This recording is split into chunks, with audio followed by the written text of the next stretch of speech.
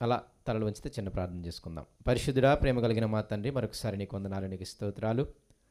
మమ్మల్ని మరొకసారి తండ్రి ఈ విధముగా సజీవుల లెక్కలో ఉంచి నువ్వు తీసుకొచ్చిన విధానాన్ని బట్టి నీకు వందనాలు.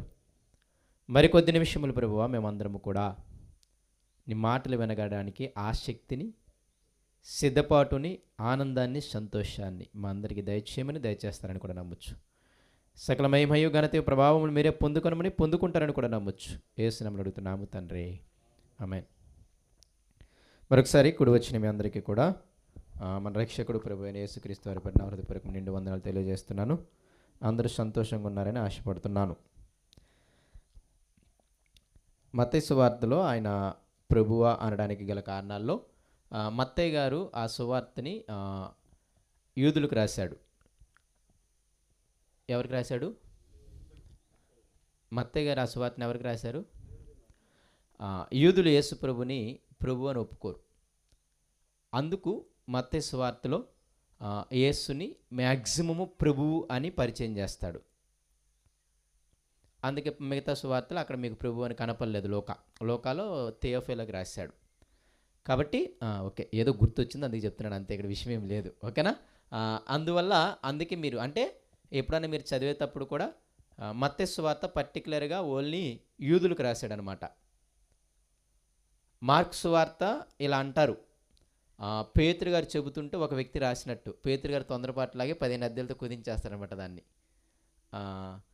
కాబట్టి ఏదైనా చదివేటప్పుడు, ఒక పుస్తకం చదివేటప్పుడు మీరు జనరల్గా దాన్ని ఎవరికి రాశారు, ఎందుకు రాశారని తెలుసుకుంటే ఆ పత్రికలో ఉన్న అధ్యాయాలన్నీ కూడా, అదే ఆ సువార్తలో ఉన్న అధ్యాయాలన్నీ కూడా మీకు అర్థమవుతాయి. ఆ ప్రభువు అని ఎందుకు అన్నాడు అనే మాట అర్థం అవ్వాలంటే ఆయన యూదులకు రాశాడని తెలియాలన్నమాట. అలా చదువుకున్నప్పుడు ఉపయోగం ఉంటుంది. సరే, అందరము కూడా ఈ సంవత్సరము మీకు ఫ్రేములు ఇచ్చానా? అవునా? అందుకే మీ అందరికి నోట్స్ ఇస్తాను ఇప్పుడు.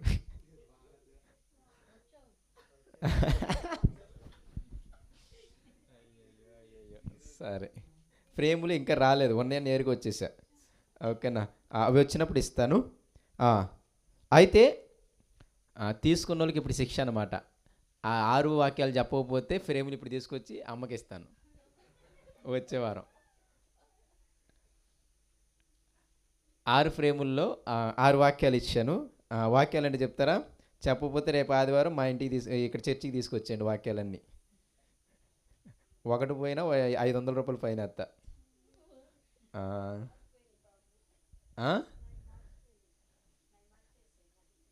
అవునా? సరే, ఇంతకీ వాటిల్లో ఉన్న ఫ్రేముల్లో వాక్యాలు చెప్పండి ఫాస్ట్గా. అది చక్కగా ఎత్తుకెళ్ళిపోయి అవి ఏడున్నాయో కూడా తెలియవు. మళ్ళీ ఇళ్ళకి వస్తా, తీసుకున్న వాళ్ళంతా 7 వాక్యాలు అలా కనపడకపోతే ఎక్కడన్నా అప్పుడు మీ పని చెప్తాను. ఈరోజు వాటి గురించి చెప్పలేదు కాబట్టి నేను అడగలేదనమాట. ఈరోజు చెబుతాను, తర్వాత నుండి ఇళ్ళల్లో అవి కనపడకపోతే అప్పుడు మీ పని చెప్తాను.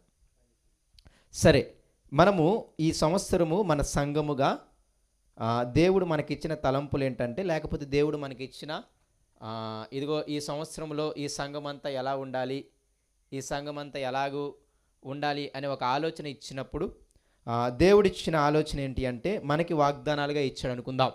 మొదటి వాక్యం ఏంటి అంటే, అందరం కూడా రాసుకోనండి దయచేసి. 6 వాక్యాలు చెబుతాను, ప్రతి ఒక్కరూ రాసుకోండి వచ్చిన వాళ్ళు. మొదటి వాక్యం ఏమిటి అంటే, జ్ఞానవంతురాలు తన ఇల్లును కట్టుకొనును.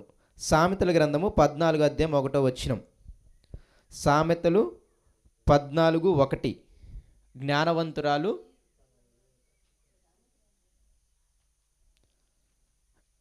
ప్రతి ఒక్కరు మీకు మీకు రాయడం రాకపోయినా మీరు తర్వాత ఎవరి దగ్గర నేర్చుకుంటారో నాకు సంబంధం లేదు.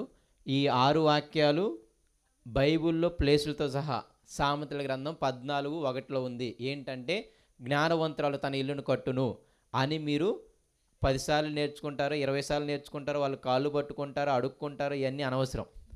ఓకేనా? మొత్తానికి ఈ 6 వాక్యాలు రెఫరెన్స్లతో సహా వాక్యము కూడా కంఠతంగా ఉండాలి వచ్చే వారానికి. ఇదిగో దేవుడు మా సంఘానికి ఈ సంవత్సరం అంతా ఇవి ఇచ్చాడు, వీటిని ఎత్తి పట్టుకొని జ్ఞానవంతులు అంటే అక్కడ దానికి కూడా ఆన్సర్ చెప్తాను. జ్ఞానవంతురాలు అని ఉంటుంది. అక్కడ ఏంటంటే పురుషుని కూడా పేరు పెట్టుకోవడమే అందరికీ.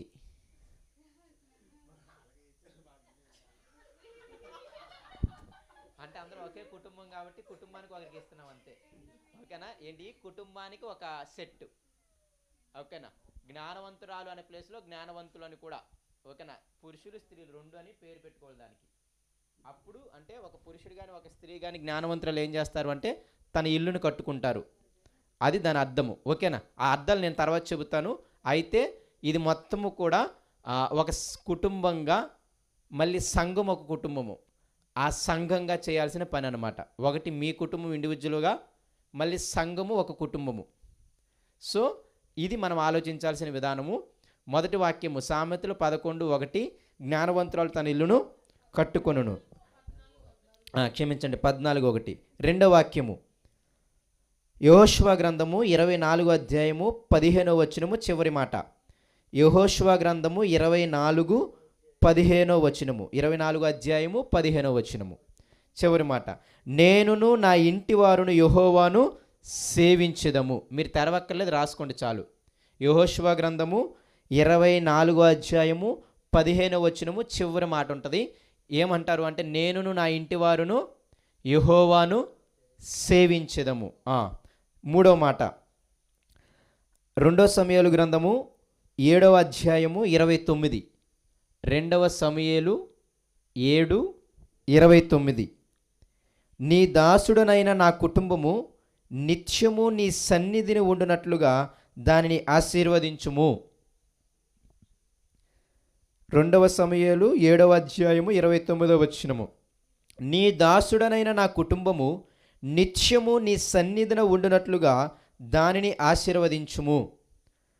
4వ వాక్యము మత్తయి సువార్త 20:41. మత్తయి సువార్త 20:41. మీరు శోధనలో పడుకున్నట్లు మెలకువ కలిగి ప్రార్థన చేయండి. శరీరము బలహీనమే కానీ ఆత్మసిద్ధమే కానీ శరీరం బలహీనమని ఎరిగి అని అంటాడనమాట. ఏం చేయాలంట? శోధనలో పడుకున్నట్లు మెలకువ కలిగి ప్రార్థన చేయాలి. ఆత్మసిద్ధమే కానీ శరీరము బలహీనము. మత్తయి సువార్త 26:41. అది 4వ వాక్యం. 5వ వాక్యం ఫాస్ట్ అయ్యానా? 26:41. మత్తయి సువార్త 26:41. ఇప్పుడు 5వ వాక్యం అంతేనా? యోహాను సువార్త 15:8. యోహాను సువార్త 15:8. మీరు బహుగా ఫలించుట వలన నా తండ్రి మహిమపరచబడును. ఏంటిది? మీరు బహుగా ఫలించుట వలన నా తండ్రి మహిమపరచబడును.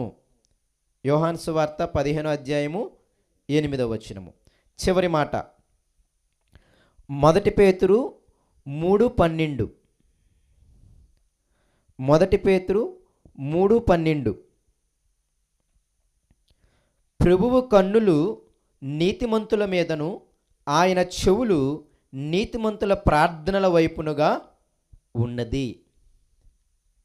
1 పేతురు 3:12. ప్రభువు కన్నులు నీతిమంతుల మీదను ఆయన చెవులు వారి ప్రార్థనల వైపునను ఉన్నవి. ఓకే కదా? మొత్తం 6. మొదటి మాట జ్ఞానము కలిగిన వారు ఏం చేస్తారంటే ఇల్లు కట్టుకుంటారు. అది పురుషుడైనా స్త్రీ అయినా సరే. జ్ఞానవంతుడు అనగా మళ్ళీ జ్ఞానం అంటే ఏంటి? యేసుక్రీస్తు వారు. అంటే జ్ఞానం అనే ప్లేస్లో యేసైని పెట్టండి. యేసైని కలిగిన వారు, అది పురుషుడైనా స్త్రీ అయినా. లేకపోతే మాకు స్త్రీనే యేసై కావాలి, పురుషుడికి యేసై అవసరం లేదంటారా? మీ ఇష్టం, అది నేనేం చేయలేను. చెప్పు, ఏంటి ఆ 2 జ్ఞానాలు? జనరల్ జ్ఞానము, లోక జ్ఞానం ఉంటుంది, ఇది ఉంటుంది. ఇక్కడ మాట్లాడేది సొలొమోను పక్కాగా మాట్లాడేది దేవుని జ్ఞానమే, అందులో మొహమాటం ఏమి లేదు. ఓకేనా? ఆయన లోక జ్ఞానం గురించి ఏం మాట్లాడట్లేదు.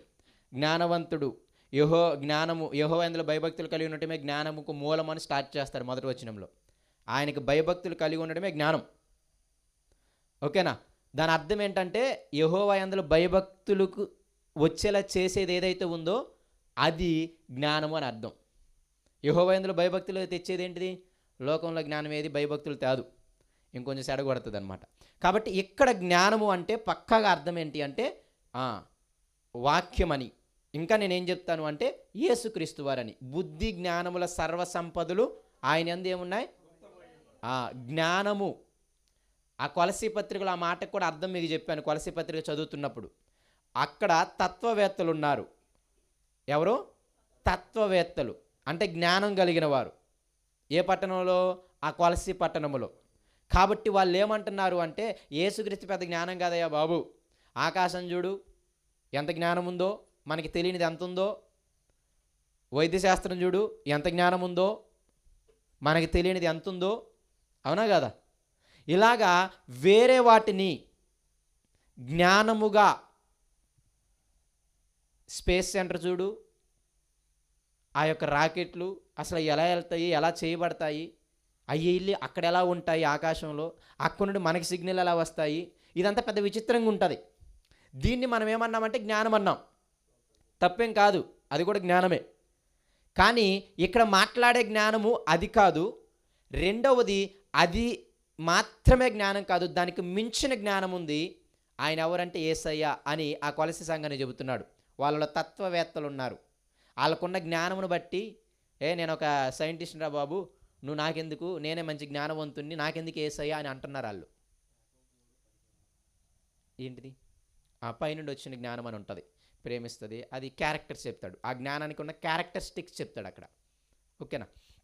ఓకే, యేసయ్యలో ఉన్న క్యారెక్టరిస్టిక్స్ని చక్కగా చెప్తాడు. సో ఆ మాటను బట్టి కూడా యేసయ్య ఈక్వల్ టు జ్ఞానం అని చెప్పొచ్చు. పైనుండి వచ్చిన జ్ఞానము ప్రేమిస్తుంది, కరుణిస్తుంది, ఇలా చెప్తాడు. దెయ్యం నుండి వచ్చిన జ్ఞానం వేరేలా ఉంటుందని అక్కడ దెయ్యం జ్ఞానానికి దేవుని జ్ఞానానికి లక్షణాలు చెబుతాడు, క్యారెక్టరిస్టిక్స్ అనమాట. ఓకే, కాబట్టి ఇదంతా ఎందుకు చెబుతున్నాను అంటే నిజంగా యేసయ్యని నమ్ముకున్నవాడు, యేసయ్యని కలిగి ఉన్నవాడు, వాడు జ్ఞానవంతుడు అనుకుంటే, ఆమె జ్ఞానవంతురాలు అనుకుంటే, వాళ్ళు చేసే మొట్టమొదటి పని ఏంటంటే తన ఇంటిని కట్టుకోవడం. ఓకేనా? తన ఇంటిని కట్టుకోవడం. అదేవిధంగా కాపరి నిజంగా జ్ఞానవంతుడైతే తన ఇల్లు అనేటువంటి సంఘాన్ని కట్టుకుంటాడు. కాబట్టి ఇక్కడ మీరు మళ్ళీ చెప్తున్న కుటుంబం అంటే ఇక్కడ రెండు ఉద్దేశాలు. ఒకటి నీ సొంత కుటుంబము, రెండవది సంఘం అనే కుటుంబము. నీ బాధ్యత, నా బాధ్యత సొంత కుటుంబాన్ని కట్టుకోవాలి, సంఘం అనే కుటుంబాన్ని కూడా కట్టుకోవాలి. సో అది ఇక్కడ పోలిక. యేసయ్య అనే జ్ఞానము కలిగిన వారు ఇల్లును కట్టుకుంటారు, మొదట ఇంటిని కట్టుకుంటారు, మొదట సంఘాన్ని కట్టుకుంటారు, ఆ తర్వాత బయట వాళ్ళని కట్టడానికి ప్రయత్నిస్తారు. ఓకేనా? కాబట్టి ఇది మొదటిదని అర్థం. ఎలా కట్టుకుంటారు? ఇది ప్రశ్న. ఎలా కట్టుకుంటారంటే నేను నా కుటుంబము యెహోవానే సేవించి కట్టుకుంటాం. ఎలా కట్టుకుంటాం? నేను నా కుటుంబము దేవుణ్ణే, యేసయ్యనే సేవిస్తాము. అది కట్టుకోవడంలో ఉండాల్సిన దృఢమైన మాట. సేవించడం అంటే ఏంటో కూడా మీకు చెబుతాను. ప్రస్తుతానికి మీకు ఈ ఆరుటికి కనెక్షన్ చెప్తున్నాను అంతే. యేసయ్యను నమ్ముకున్న వారు కుటుంబాన్ని ఏం చేస్తారు? తన ఇంటిని కట్టుకుంటారు.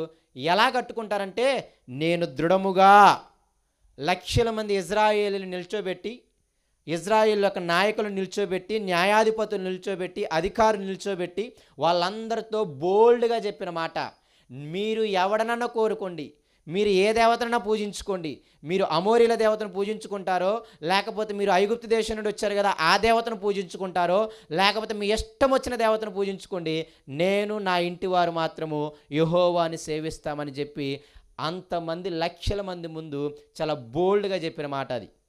దాన్ని నేను వివరిస్తాను తర్వాతి మాట.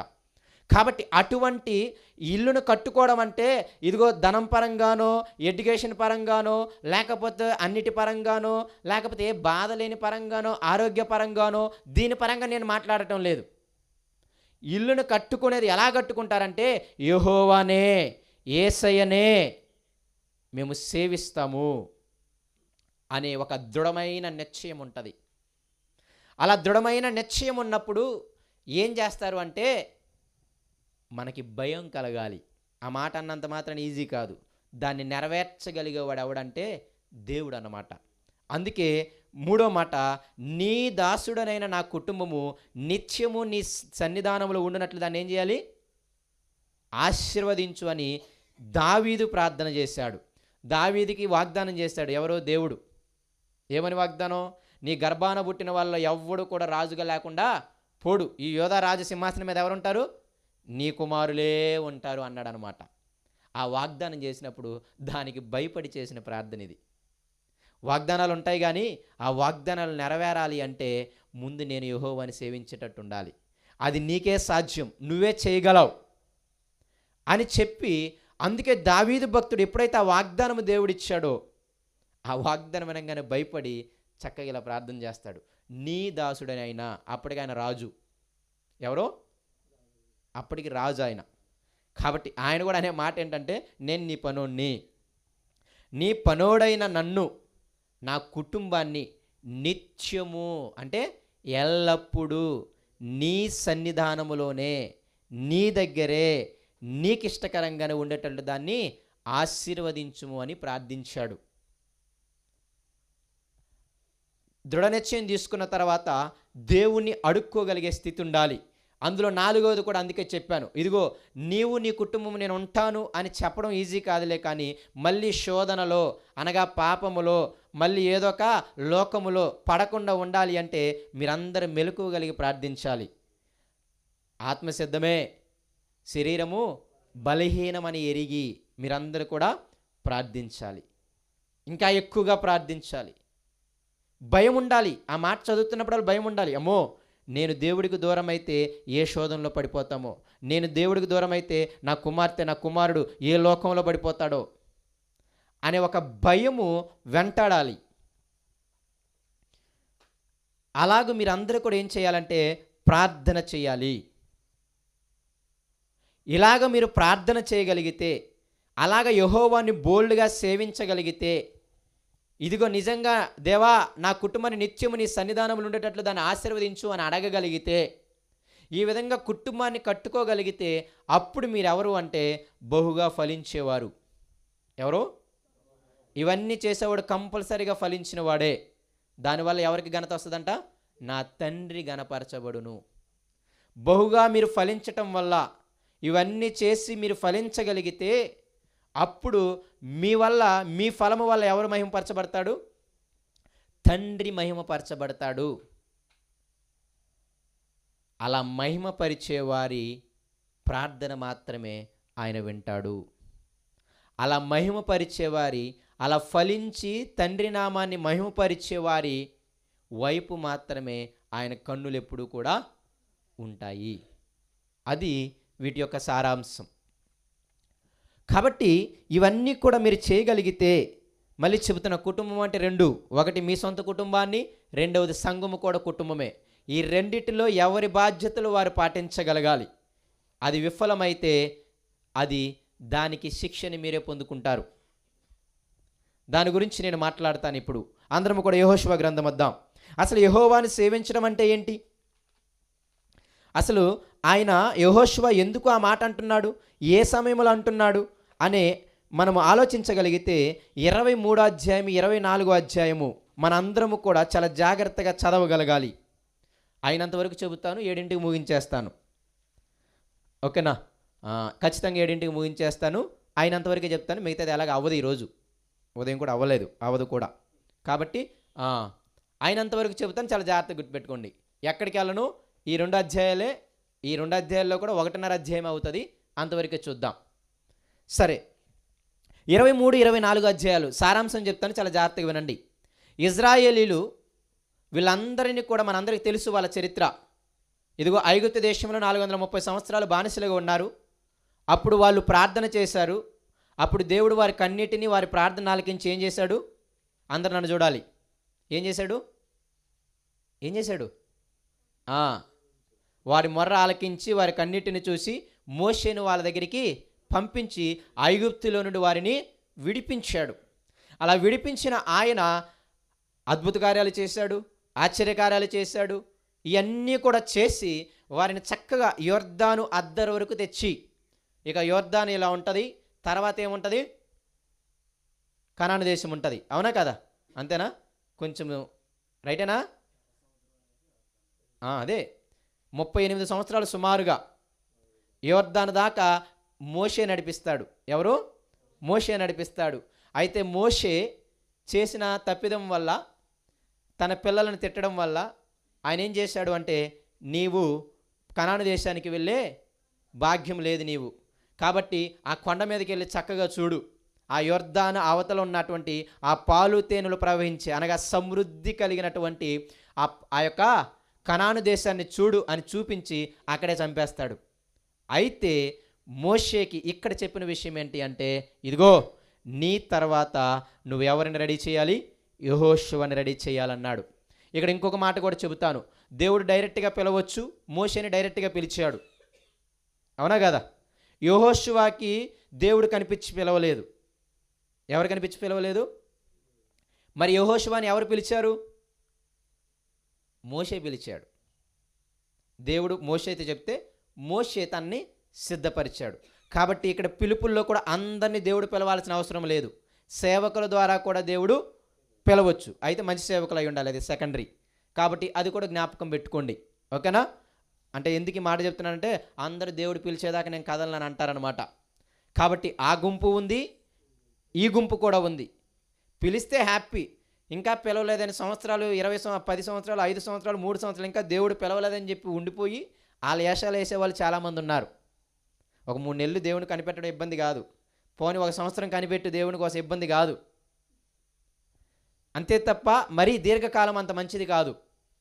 ఓకేనా? ఓకే. కాబట్టి మోషేని దేవుడు పిలిచాడు, యెహోషువని దేవుడు చెబితే మోషే సిద్ధపాటు చేశాడు. కాబట్టి అయితే ఇప్పుడు అప్పటి వరకు కూడా యుద్ధాలు చేసింది ఎవరు? యెహోషువనే. ఎవరు? యెహోషువనే యుద్ధాలు చేసింది. దావీదు కింద నుండి యుద్ధాలు చేసింది యెహోషువనే. యెహోషువ బానిసత్వంలో నుండి ఉన్నాడు. ఎక్కడ నుండి ఉన్నాడు? చక్కగా ఐగుప్తు దేశంలో బానిసగా ఉన్నప్పటి నుండి ఆయనకి తెలుసు. దాన్ని సిద్ధపాటు అని కూడా అంటారు. సేవకుని ఎలా సిద్ధపరచాలి అంటే, ముందు శ్రమలే ఉండాలి, తర్వాతే పాలుతేనెలు ప్రవహించే దేశం. ముందు పాలుతేనెలు ప్రవహించే దేశం రాదు అని కూడా చెబుతాడు. సేవకుని సిద్ధపాటు. సరే, ఇవన్నీ మీకు ఓరికి అలా గుర్తుంటాయని చెబుతున్నాను. అర్థమవుతుందా? యెహోషువకి ముందే రాలేదు నాయకత్వం, ముందే రాలేదు ఈ గౌరవం. ఎలా వచ్చింది? ముందు బానిసగా పుట్టాడు, బానిసగా బతికాడు, ఒకడి కింద ఉన్నాడు, మోషే కింద నమ్మకముగా చేశాడు. తర్వాత దేవుడు తగిన సమయం అందు ఆయన హెచ్చించాడు. ఇది బైబిల్ క్రమం. ఒకరు మనల్ని హెచ్చించాలి అంటే ఏలియా కింద ఎలీషా కానీ ఆ మాటలు తీసుకుని ఈరోజు సేవకులు అంటుంటారు, మీరు నా కింద పని చేయండి, తర్వాత మిమ్మల్ని దేవుడు హెచ్చిస్తాడని. కాబట్టి అందులో మంచోళ్ళు చెడ్డోళ్ళు మీరు చెక్ చేసుకోవాలి. కానీ అది మంచి క్రమమే. అక్కడ దేవుడు చూస్తాడు, అక్కడ నీ ఎబిలిటీ చూస్తాడు, అక్కడ నీ యొక్క ఏర్పాటు చూస్తాడు, అక్కడ నువ్వు శ్రమపడే విధానం చూస్తాడు, అక్కడ నీ నమ్మకత్వాన్ని చూస్తాడు. యెహోషువలో వెనక నుండి ఇదంతా గమనిస్తున్నాడు దేవుడు. ప్రారంభపు ఐగుప్తు దేశంలో నుండి ఇదిగో 38 సంవత్సరాల అరణ్యంలోకి వచ్చి మోషే చచ్చిపోయే వరకు కూడా ఒక్కసారి దేవుడు వెనక లిస్ట్ వేసి ఉంటాడు, ఏం తర్వాత ఎవరికి ఇవ్వాలా అని. అవునా కదా? వేసుంటాడంటావా లేదంటారా? ఎవరికి ఇవ్వాలి, ఈ మోషే తర్వాత ఈ పదవి ఎవరికి ఇవ్వాలి అని ఆలోచించినప్పుడు నాకు తెలిసి వెనక అలా లిస్ట్ వేస్తే ఆది నుండి నమ్మకంగా ఉన్నవాడు యెహోషువ కనిపించాడు. అవునా కదా? కంపల్సరీ లిస్ట్ వేసినప్పుడు అలాగే ఉండాలి. 12 మంది శిష్యులను కూడా ఏర్పరచుకుంటున్నప్పుడు ఏం చేస్తారు? ఎవడు ఉండాలి అపోస్తలుడుగా? ఎవడు పడితే వాడు ఉండకూడదు. వాడికి ఒక క్వాలిఫికేషన్ ఉండాలి. ప్రారంభము నుండి యేసుని చూసి ఉండాలి, ప్రారంభం నుండి యేసుతో పాటు తిరిగి ఉండాలి, ఆయనతో పాటు సువార్తల శ్రమపడి ఉండాలి, ఆయనతో పాటు నిద్రలేని రాత్రులు గడిపి ఉండాలి, ఆయనతో పాటు రాత్రింబగళ్ళు తిరిగి ఉండాలి, ప్రతి ఊరూరా పట్టణం పట్టణం. ఆడిని మాత్రమే ఈ 12 మందిలో అవకాశం ఉంది అన్నాడు. అంతే తప్ప కష్టపడిన వాళ్ళందరూ పాపం ఉన్నారు 50 మంది పైగా. ఎవడో బయట తీసుకొచ్చి ఆ అధికారం ఇచ్చే స్థితి లేదు. ఎందుకు ఈ మాటలన్నీ చెబుతున్నాను అంటే, ఒకడి కింద ఉండటము, నిజమైన సేవకుని కింద, నిజమైన కాపరి కింద, నిజమైన ఆత్మీయ నాయకుడి కింద ఉండడము మంచిదే. మనం అలా లేకుండా బతికాం, అందుకే చాలా పాపాలు కూడా చేసి ఉంటాం, చాలా దెబ్బలు కూడా తినుంటాం. నేను ప్రత్యక్షంగా చెప్పగలను ఆ విషయానికి. ఎందుకంటే మేము పెరిగిన అట్మాస్ఫియర్ అలాంటివి. సరే, ఎవరో కొన్ని ఎదుగుతూ ఉండాలి, అడుగుతూ ఉండాలి, ముందు ఆలోచన ఉండాలి. ఒక మంచి నాయకుని నాకు దయచేయి ప్రభువా. యవనంలో ఉన్నవారం ఎట్టబడితే అట్ట వెళ్ళిపోతాం, చాలా ఉక్రోషం ఉంటుంది, చాలా ఆక్రోషం ఉంటుంది, చాలా ఎనర్జీ ఉంటుంది. కాబట్టి ఒకరు మాట వినకపోవచ్చు, ఇవన్నీ కూడా జరుగుతుంటాయి. కానీ మీకు ఒక ఆ గ్రహింపు ఉండాలి. ఒక ఆత్మీయ నాయకునిగా ఉండగలిగే స్థితి ఉండగలగాలి, ఎంచుకొనగలిగే సామర్థ్యం ఉండగలగాలి. ఈయన నేను ఆత్మీయ నాయకుడిగా పెట్టుకుంటే బాగుంటుంది, ఏమని నేను ఆత్మీయ నాయకుడిగా పెట్టుకుంటే బాగుంటుంది, ఏమైనా ఆలోచనలు వచ్చినప్పుడు ఈయనకి పంచుకుంటే చాలా బాగుంటుంది అని మీరు ఎంచుకోగలగాలి. పెద్ద పెద్ద మంచి సేవకులే అప్పుడప్పుడు అనిపిస్తుంటుంది, మంచి మంచి సేవకులే వాళ్ళ ఆత్మీయ నాయకులకు ప్రేయర్ చేసుకొని వెళ్ళే వాళ్ళు చాలామంది ఉన్నారు. ఆ విషయంలో నాకు ఎడ్వర్డ్ విలియం చాలా బాగా అనిపిస్తాడు. అంతర్జాతీయ సువార్థికుడు, అంతర్జాతీయంగా అనేక దేశాల్లో వాడబడినవాడు. కానీ ఆయన ఇప్పటికీ ఆయన ఆత్మీయ నాయకుడు తెలుసు, వాళ్ళతో ప్రార్థన చేయించుకోవడం, వాళ్ళ ఇళ్ళలో ఏమైనా గలిబిడి ఉన్నప్పుడు అయ్యా నువ్వు ప్రార్థన చేయని అడగటం, ఇవన్నీ ఆయన చేస్తుంటాడు. ఎందుకు చేస్తుంటాడు అంటే అది మనల్ని ఆత్మీయ గర్వానికి తీసుకెళ్లకుండా ఉంటుంది. ఏం తీసుకెళ్లకుండా ఉంటుంది? ఆత్మీయ గర్వానికి తీసుకెళ్లకుండా, ఇదిగో నేను ఎంతగా వాడబడుతున్న వాడిని. నిజంగా నాకు తెలిసి వాళ్ళ ఆత్మీయ నాయకుడు ఎవరికి తెలియదు. మహా హైదరాబాద్లో చిన్నగా ఉంటాడు ఒక సంఘం పెట్టుకొని, ఎడబడి మాత్రం ఫుల్గా తెలుసు అందరికీ. నాకెందుకురా బాబు నీతో అని అనొచ్చు. కానీ ఆ విషయాల్లో నేను బాగా చూసుకుంటూ ఉంటాం. ఇవన్నీ మనకు ఉపయోగపడతాయి, అందుకే చెబుతున్నాను. నేను అంతర్జాతీయ నాయకుడిగా చూశాను ఆయన్ని. వాళ్ళ పాస్టర్ గారు వచ్చినప్పుడు కుర్చీలు వేయడము, మాకు వడ్డించడం. మొన్న ఆర్టీఎఫ్ సెమినార్కి వెళ్ళినప్పుడు వాళ్ళ వైఫ్ ఆయన మా అందరికి వడ్డించాడు అనమాట చక్కగా. అక్కడ చిన్న నైట్ ప్యాంట్ వేసుకొని, ఒక చెక్క టఫ్ వేసుకొని. కానీ అటువంటి చాలా చిన్నోడు కాదు, అమ్మో మామూలుడు కాదు. ఓకేనా? అంటే నా ఉద్దేశం ఏంటంటే చాలా అన్ని దేశాలు తిరిగినవాడు, చాలా నాలెడ్జ్ ఉన్నవాడు అలా అంటారు. కాబట్టి ఇదంతా ఎందుకంటున్నానంటే అవన్నీ చూసినప్పుడు మనం ఎంత ఒదిగుండాలో, మన జ్ఞానము ఎంత విధేయతను చూపించాలో మనకి తెలియాలి.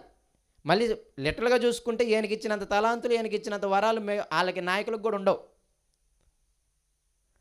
కానీ ఒదిగుంటాడు. జ్ఞానం ఎప్పుడు కూడా ఒదిగుండేలా చేస్తుంది. అదే దానికి సూచన. జ్ఞానం అంటేనే భయభక్తులు కలిగి ఉండేలా చేస్తుంది. అదే దానికి సూచన. దేవునికి వ్యతిరేకంగా చేయాలంటే మన భాషలో చిచ్చుబడేలా చేస్తుంది. ఆడే జ్ఞానవంతుడు. అందుకే సొలొమోను మొట్టమొదటి మాట సామెతల గ్రంథంలో మొట్టమొదటి అధ్యాయంతో ప్రారంభించింది అదే. యెహోవా యందు భయభక్తులు కలిగి ఉండుట జ్ఞానానికి మూలం. అంటే ఏంటి తెలుసా? అసలు జ్ఞానానికి ప్రారంభం ఏంటాయి అని అడిగితే దేవునిలో భయభక్తులు కలిగి ఉండడం అంట జ్ఞానానికి ప్రారంభం. అది అంటే దేవునికి వ్యతిరేకంగా, దేవుని మాటను పక్కన పెట్టి నేను జీవించాలి అంటే వణుకు పుట్టాలి. వాడే జ్ఞానవంతుడు. సో అలాగ చాలా ఉన్నాయి. అయితే ఎందుకు ఈ మాటలన్నీ చెబుతున్నానంటే యెహోషువను ఊరక ఎంచుకోలేదు ఆయన. యెహోషువ చాలా ఎక్సలెంట్ పర్సన్. 15 సంవత్సరాల శ్రమలు ఇవన్నీ చూసి, చాలా చూసి, అన్నీ చూసి, అప్పుడు మోషే తర్వాత ఎవరు నడిపిస్తారని చూస్తే అప్పుడు ఎవరు కనిపించారంటే యెహోషువ ఒక్కడే కనిపించాడు. యెహోషువ ఏం చేశాడు అంటే, ఇదిగో యోర్దాను దాటిన తర్వాత యెరికో, మొట్టమొదటగా యెరికో, తర్వాత కనాను, మొత్తాన్ని యుద్ధం చేశాడు, మొత్తాన్ని జయించేశాడు. 12 గోత్రాల వారికి చక్కగా ఎవరి స్వాస్థ్యాలు వాళ్ళకి పంచిపెట్టేశాడు. ఏం చేశాడు? దేవుడు వాగ్దానం చేసిన ఆ కనాను దేశాన్ని, ఆ పాలుతెనలు ప్రవహించే దేశాన్ని మొత్తాన్ని కూడా అందరికి 12 గోత్రాల వారికి పంచిపెట్టేశాడు.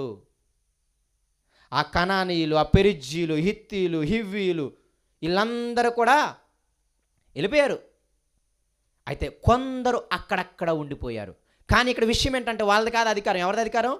ఇజ్రాయేలుది అధికారం. అర్థమవుతుందా మీకు?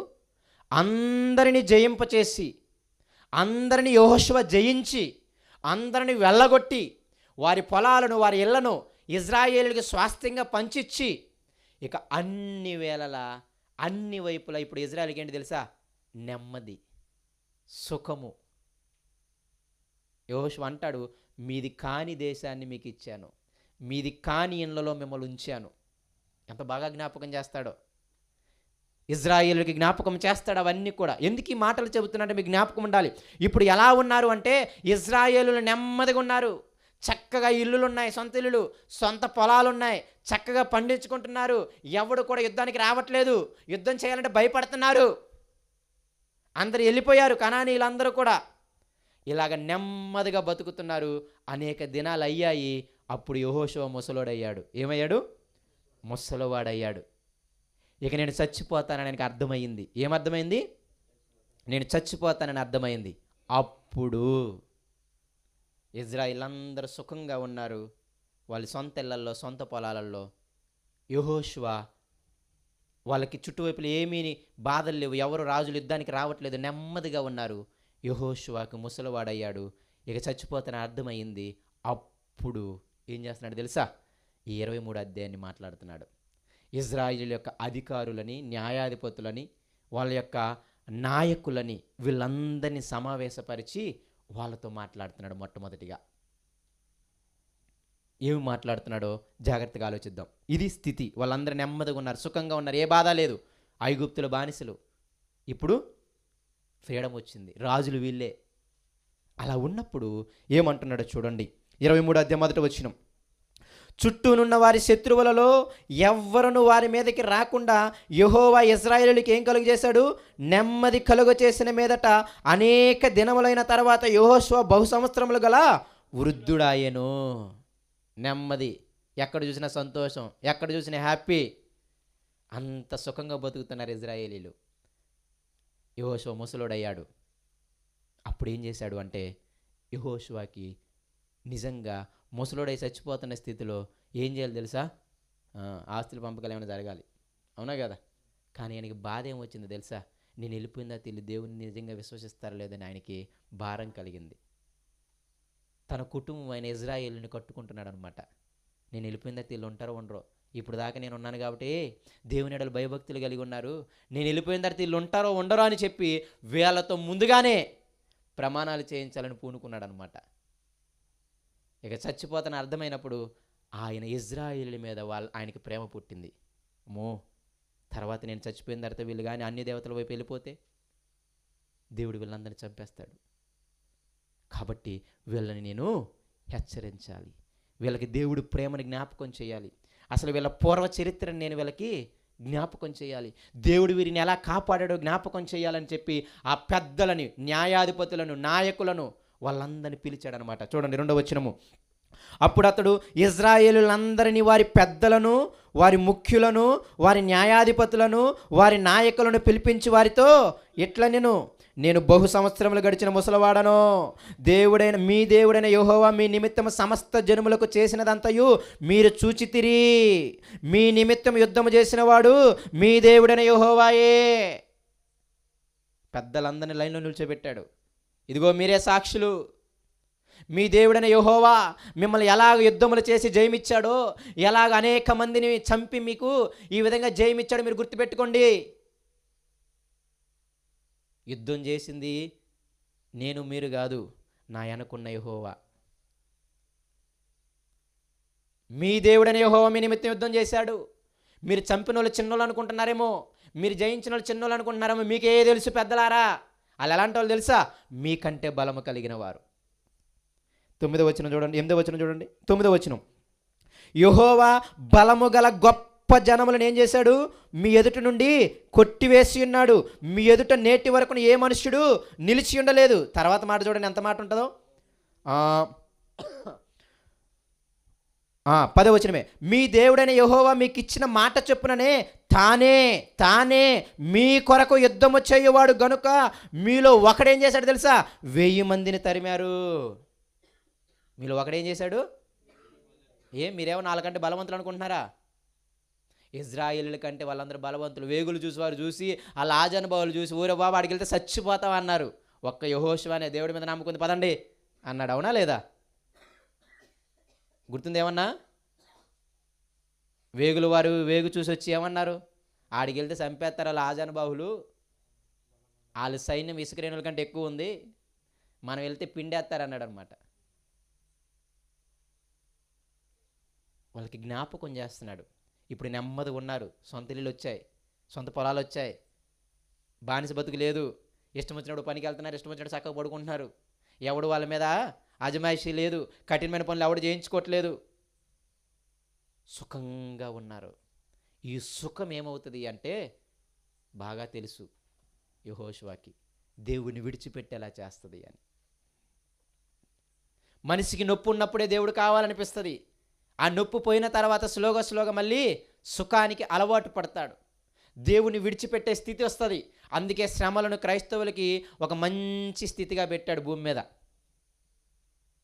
అందుకే పౌలు అన్నాడు, దేవా నీ సువార్త కష్టపడి చేస్తున్నా, నాకు ఈ రోగాన్ని తగ్గించు అన్నాడు. నీకు రోగాన్ని దీని కానీ నా కృపజాలే సైలెంట్గా ఉండి అన్నాడు. తెలుసు ఆయనకి ఆ రోగం తీస్తే నువ్వు చాలా కష్టాలు చేస్తావు అని. అనవసరంగా నేను ఇంతమందిని రక్షించేశాను, ఇంతమంది అన్యులకి సువార్త చేసేసాను అని చెప్పి ఎక్కడ గర్వం వచ్చి మళ్ళీ నువ్వు నరకానికి పోతావు, నీకు ఎందుకు ఈ బాధ చెప్పు. మహా అంటే 30 ఏళ్ళప్పుడు మారావు, ఇంకా మహా అంటే 60 ఏళ్ళకి చచ్చిపోయావు. 30 ఏళ్ళు నీకు ఎందుకు బాధ చెప్పు, అనుభవించు, తర్వాత శాశ్వతకాలం నాతో ఉంటావు. ఈ 30 ఏళ్ళు కానీ నీకు రోగం వద్దు, నాకు ఇదొద్దు, నాకు సహాయం చేయి అంటే తర్వాత శాశ్వతంగా నరకంలో ఆడవాలన్నాడు. అందుకే ఏమన్నాడు పౌలు గారు కూడా, సైలెంట్ అయిపోయాడు. ఏమైపోయాడు? పోతే పోయింది, ఇంకా 30 సంవత్సరాలు పెద్ద బతికేది ఏం లేదు నేను, అంతేనే కదా. 30 సంవత్సరాలు పౌలు సేవ చేసింది పెద్ద ఏం చేయలేదు ఆయన. ఈ 30 సంవత్సరాలు ఏదో ఒక రోగంతో పోతాను, ఇప్పుడు నష్టం ఏముంది చెప్పు, నా కృప నీకు చాలన్నా చాలని సైలెంట్గా వెళ్ళిపోయాడు అనమాట. అందుకే పౌలు చాలా బోల్డ్గా చెప్పగలడు, మమ్మును బలపరచు అని అందే మేము సమస్తము చేయగలము అని అన్నాడు అనమాట. ఆయన సేవా విధానం వేరుగా ఉంటుంది. కాబట్టి శ్రమలు అనేవి చాలా మంచివి. క్రైస్తవులకి శ్రమ రాకపోతేనే కష్టం. కాబట్టి ఆయన అందుకే ఏమంటున్నాడు అంటే వాళ్ళ స్థితిని జ్ఞాపకం చేస్తున్నాడు. మీరు మీ యందు యుద్ధం చేసింది ఎవరో? యెహోవా. ఎవరో చేసింది? యెహోవా. మీ ముందు తరిమింది మీరు ఒక్కడిని తరిమితే ఎంతమంది వెళ్ళిపోయారంట? ఒకడు ఎంతమందిని తరిమేశారు? 1000 మందిని తరిమేశారు. వాళ్ళు ఎలాంటి వాళ్ళు? మీకంటే బలవంతులు. ఎలా తరిమేశారు మీరు? మీ దేవుడైన యెహోవా, ఆయన యుద్ధం చేశాడు. చరిత్ర జ్ఞాపకం చేస్తున్నాడు. చరిత్ర జ్ఞాపకం ఉంటే ప్రస్తుతంలో ఎలా భయపడి బతకాలో తెలుస్తుంది అనమాట. అంతేనే కదా. ఇజ్రాయెల్ చరిత్ర జ్ఞాపకం ఉంటే అమ్మ బాబోయ్ ఆ పాపం చేస్తే దేవుడు తోలు తెస్తాడని ఇప్పుడు భయం కలిగి బతుకుతాం మనం. చరిత్ర మర్చిపోయినాడు ఒక మూర్ఖుడు అనమాట. చరిత్ర జ్ఞాపకం చేసుకోకపోతే వాడికి భవిష్యత్తు ఉండదు. గొప్ప గొప్ప మేధావులు అన్న మాటలు ఇవన్నీ. చరిత్రని జ్ఞాపకం చేసుకొని వాడికి భవిష్యత్తు ఉండదు. ఎందుకంటే వాడికి ఎలా బతకాలో తెలియదు, ఏం చేయాలో తెలియదు, ఏం చేస్తే ఏమొస్తుందో తెలియదు. ఇజ్రాయేలుడి చరిత్ర ఉంది కాబట్టి దేవుడి స్వభావం మనకు బయటపడుతుంది. అమ్మో ఇలా చేస్తే ఇలా తొక్క తీస్తాడు, ఇలా చేస్తే ఇలా కాపాడుతాడు అని. అసలు ఆ చరిత్ర పక్క తీసి పెట్టండి, గుడ్డోలమే మనం. ఏం చేస్తే దేవుడు ఏమంటాడో తెలియదు, దేవుడు ఏం చేస్తే ప్రేమిస్తాడో తెలియదు, ఏం చేస్తే తోలు తీస్తాడో తెలియదు. అవునా కదా. ఎలా అడిగితే సహాయం చేస్తాడో తెలియదు, ఏమీ తెలియదు. ఎప్పుడు ఆ పాత నిబంధన చరిత్ర తీసేస్తే. చరిత్ర చాలా ప్రాముఖ్యం.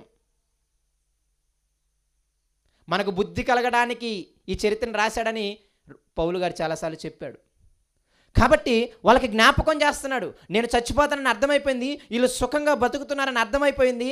కాబట్టి అప్పుడు ఆ పెద్దలని, నాయకుల్ని, ముఖ్యుల్ని వీళ్ళందరినీ పిలిపించి వాళ్ళకి జ్ఞాపకం చేస్తున్నాడు వాళ్ళ చరిత్రని. ఇదిగో మిమ్మల్ని అందరికీ నెమ్మది ఎవరిచ్చారు? యెహోవానే కదా యుద్ధం చేసి ఇచ్చింది, ఆయనే కదా మిమ్మల్ని కాపాడింది అని చెబుతున్నాడు అనమాట. ఇప్పుడు మళ్ళీ 2వ వచనానికి వద్దాం.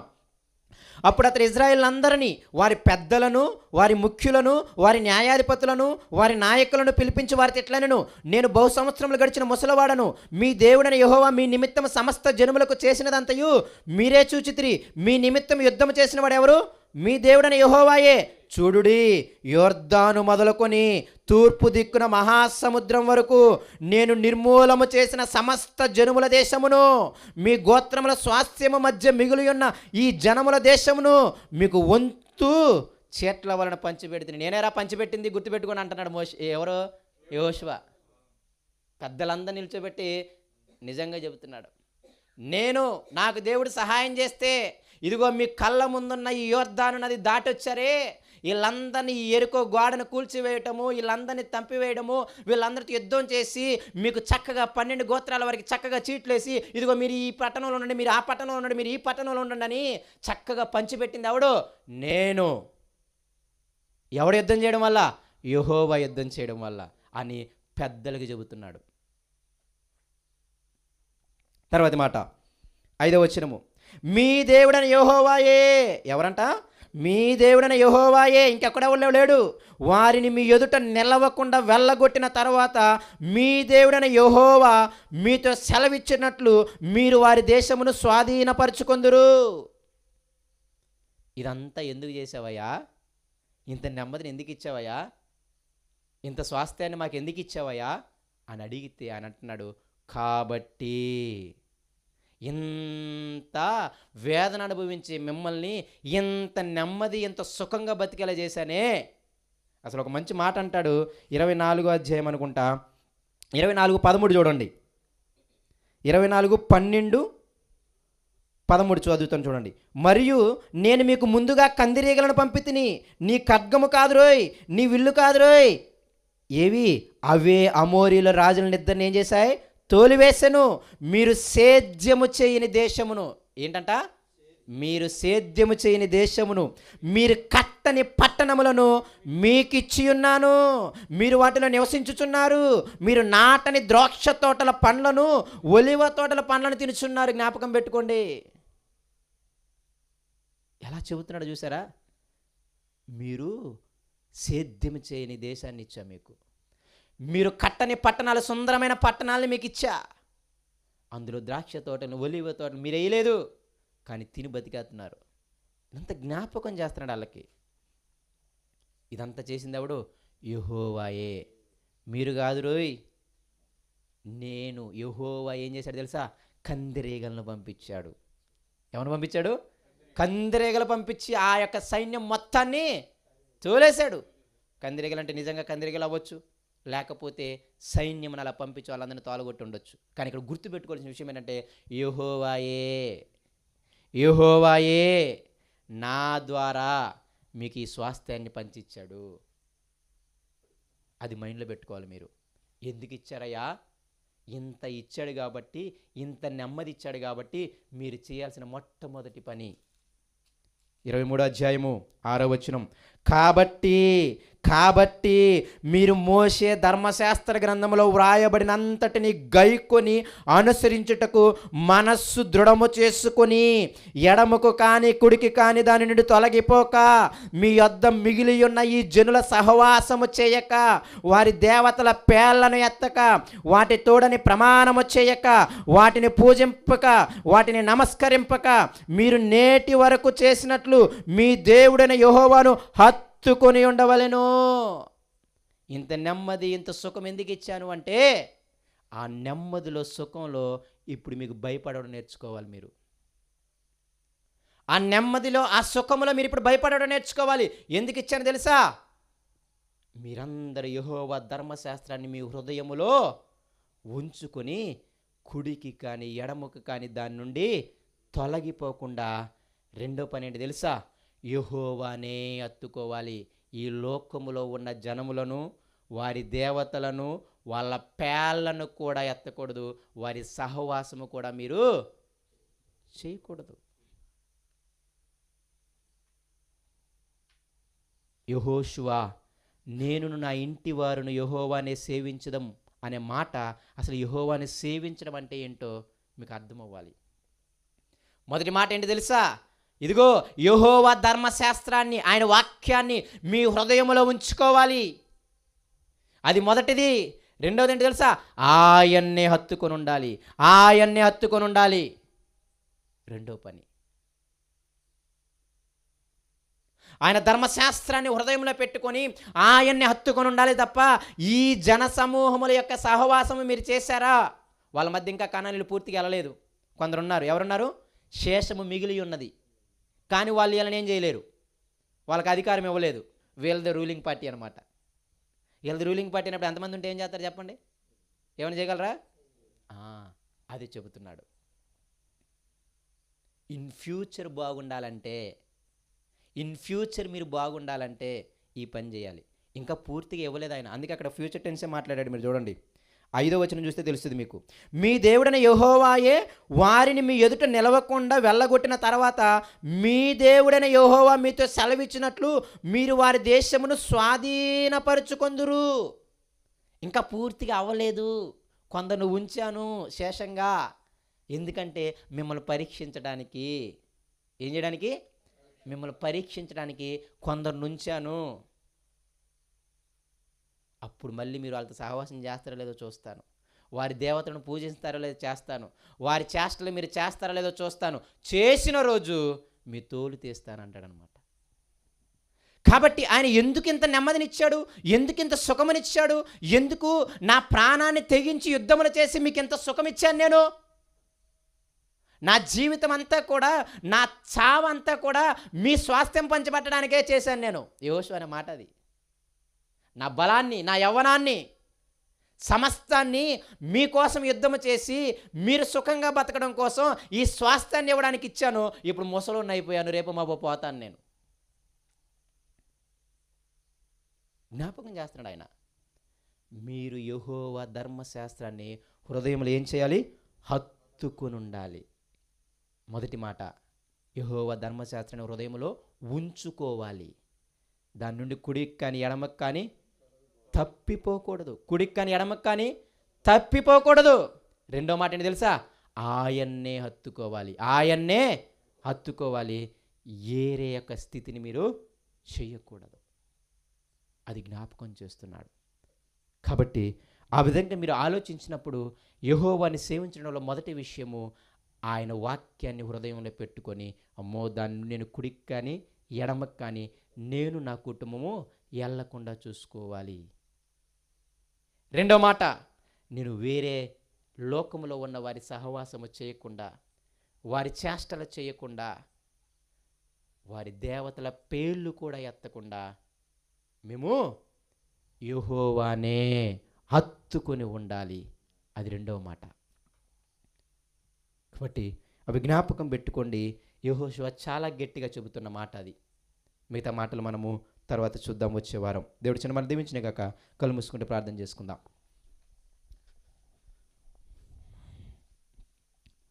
పరిశుద్ధుడా, ప్రేమ కలిగిన మా తండ్రి, నిజంగా నాయన నిన్ను ఆలోచిస్తున్నప్పుడు,